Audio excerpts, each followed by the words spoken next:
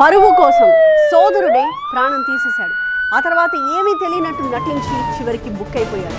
Charging wire మెడకు బిగించి అక్కని తమ్ముడు చంపేసిన ఘటన హైదరాబాద్ షాద్ నగర్లో జరిగింది. ఏమీ తెలియనట్టు స్పృహ తప్పి పడిపోయింది అంటూ బంధువులకి ఫోన్ చేశాడు రోహిత్. విషయం తెలుసుకుని తండ్రి నిలదీయడంతో తానే హత్య చేశానని రోహిత్ ఒప్పుకున్నాడు.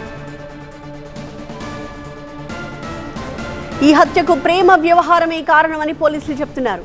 ప్రేమ వ్యవహారంపై ఇంట్లో తరచూ గొడవలు జరిగినట్టుగా సమాచారం. వేరే యువకుడితో మాట్లాడొద్దని గతంలో అక్క రుచితని రోహిత్ వారించినట్టు తెలిసింది. మరోవైపు రుచిత మృతదేహాన్ని పోస్ట్మార్టం నిమిత్తం తరలించారు పోలీసులు.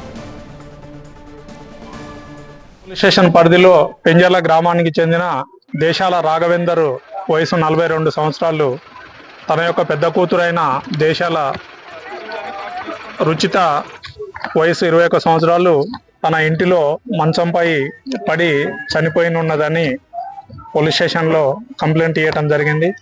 అట్టి పిటిషన్ విషయంలో తన కొడుకు అయిన